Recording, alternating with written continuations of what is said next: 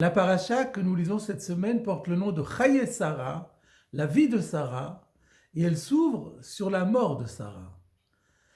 Et Rashi fait remarquer que cet événement survient immédiatement après l'épisode de la Kedat Yitzhak, du sacrifice d'Isaac, dont il a été question à la fin de la paracha de la semaine dernière.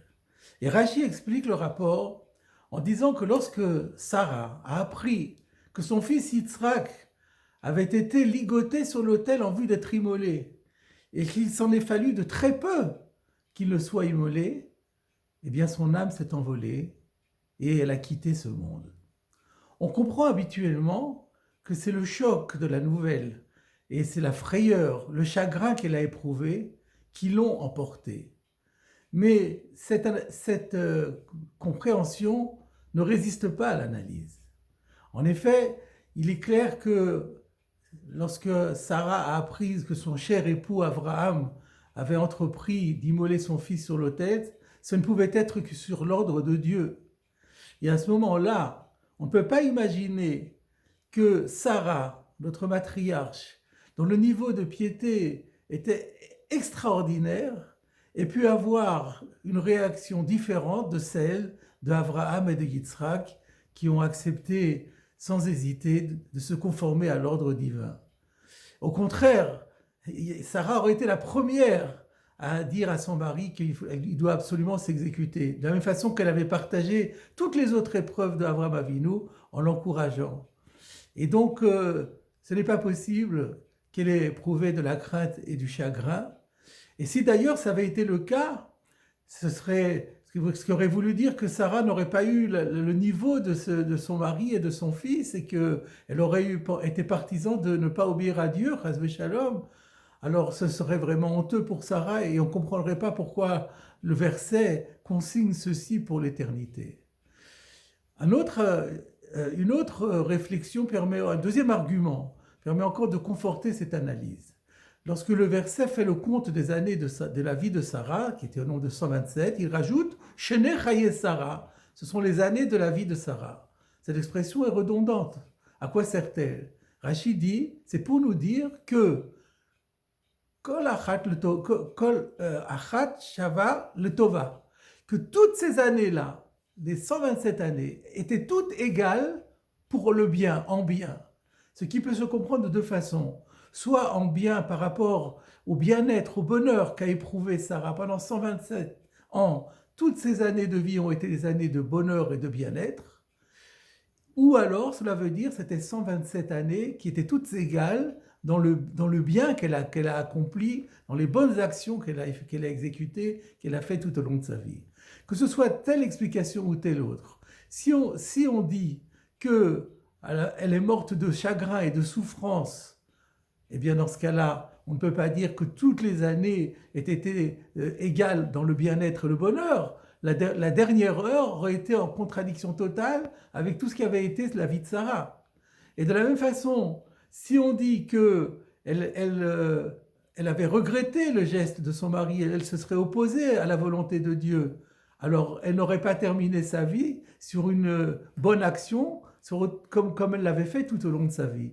Donc on voit bien que cette analyse, cette explication est impossible et qu'au contraire, nous devons admettre, puisque Kulam Shavim le Tova, que toutes ces années étaient égales dans le bien-être comme dans les bonnes actions, il faut bien admettre que si Sarah est morte, elle est morte tout en étant dans un sentiment de bonheur parfait et qu'elle n'a commis aucun acte répréhensible, certainement pas à la dernière heure de sa vie.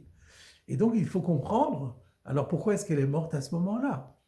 Je voulais vous faire part ici d'une explication extrêmement originale que nous devons à un de nos grands maîtres, Rabbi Moshe Feinstein, le fameux grand décisionnaire américain du siècle dernier, qui tout d'abord introduit son explication par un principe qui est notamment enseigné par le Talmud de Jérusalem dans le traité Berachot, qui nous raconte qu'un maître du Talmud, Rabbi Boun, fils de Rabbi Chia, était mort et que son collègue Rabbi Zera fait son oraison funèbre et qu'il a cité un verset de Kohelet, de la Megillah de Kohelet, de l'Ecclésiaste de Salomon, dans lequel le roi Salomon dit Metuka shenata oved, comme il est doux le sommeil du travailleur, et qu'il explique par la parabole suivante. C'était un ouvrier qui, en 2 heures de temps, est arrivé à faire le travail qu'un autre ouvrier aurait fait en une journée entière.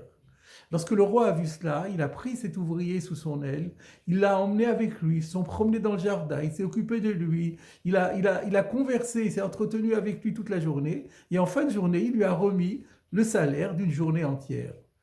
Et voilà, Rabbi Zera commente, c'est ce qui s'est passé avec Rabbi Boun. Rabbi Boun, en 25 ans, a étudié plus de Torah que n'aurait étudié n'importe quel étudiant de Torah, ne serait pas arrivé à étudier en 100 ans. Et c'est pourquoi Dieu l'a fait partir si vite. Et là, on découvre ainsi un principe, c'est qu'il y a parfois des situations où un tzaddik, un juste, est arrivé à un tel niveau de perfection qu'il ne lui sert plus à rien de rester dans ce monde ici-bas, qu'Akadosh Baruch Hu préfère le rappeler à lui pour s'occuper de lui, pour se promener avec lui et pour lui donner la récompense intégrale qu'il attend dans le monde futur. Et c'est sans doute ce qui s'est produit avec Sarah. Mais encore faut-il comprendre pourquoi, dans ce cas-là, c'est juste à ce moment-là qu'elle a quitté le monde. Et voilà ici la grande idée originale de Rav Moshe Feinstein. C'est que selon un midrash qui est rapporté par Rashi dans la paracha de Vayera, la Kedat Yitzhak, l'épreuve du sacrifice d'Isaac, est venue autant ou plus pour éprouver Yitzhak que pour éprouver Abraham. Le commentaire est le suivant, c'est que lorsque Ishmaël se trouvait à la maison avec Yitzhak, qui était son petit demi-frère, Ishmaël s'est moqué de lui en lui disant « Regarde, moi, j'avais 13 ans quand j'ai reçu la circoncision, j'aurais pu m'y opposer, et bien j'ai accepté de grand cœur. Toi, tu as été circoncis à l'âge de 8 jours, quel mérite as-tu d'avoir été circoncis ?» Et Yitzhak de répondre « Toi, tu fais le malin pour un membre que tu as offert à Hachem. Moi, si Dieu me demande de lui offrir mon corps tout entier, eh bien, je le ferai de tout mon cœur. » Lorsque Sarah a entendu cela, elle s'est dit que son fils Yitzhak l'éducation qu'elle avait donnée à son fils Yitzhak était arrivée à un niveau maximal, que Yitzhak était vraiment un grand tzaddik. Et malgré cela, lorsqu'elle voit que Ishmaël, le même Ishmaël, s'adonne à l'idolâtrie, elle a peur que l'exemple de Ishmaël contamine, déteigne sur Yitzhak, et qu'Yitzhak, que Dieu l'en garde, se mette aussi à se plonger dans l'idolâtrie. Aussi demande-t-elle à son mari de chasser Ishmaël. Et Avraham Avinu commençait, n'était pas très chaud, mais Dieu valide la demande de Sarah, et Avraham va se séparer de Ishmaël. À ce moment-là, Sarah a dévoilé un principe d'éducation qui est complètement, totalement inédit. Que même lorsqu'on a quelqu'un dont on pense avoir complètement achevé l'éducation, un adolescent qui est arrivé à un degré de piété extraordinaire, exemplaire, eh bien malgré tout, l'œuvre d'éducation n'est pas terminée. Il faut continuer à le guider, il faut continuer à le conseiller et il faut surtout veiller à le protéger d'influences qui pourraient être néfastes. Et donc, cette leçon-là, validée par Akadosh Baruch Hu, était un mérite extraordinaire de Sarah. Sauf que, on n'était pas sûr à l'époque. Peut-être que, en fait, si Dieu a validé la demande de Sarah, c'est parce que Dieu savait que, en réalité, la déclaration de Yitzhak, comme quoi il était prêt à sacrifier son corps tout entier, c'était peut-être simplement une déclaration de pure forme, une parole verbale, comme on dit. Donc, il fallait le tester. Et donc, la Kedat Yitzhak est venue pour cela. Et lorsque Sarah apprend que son fils a été ligoté sur l'autel, bien sûr avec son accord, et qu'il a failli être immolé, alors elle a été remplie d'une joie intense, parce que c'était la confirmation, premièrement, de son jugement. Elle avait bien compris que Yitzhak était d'un niveau de piété exceptionnel.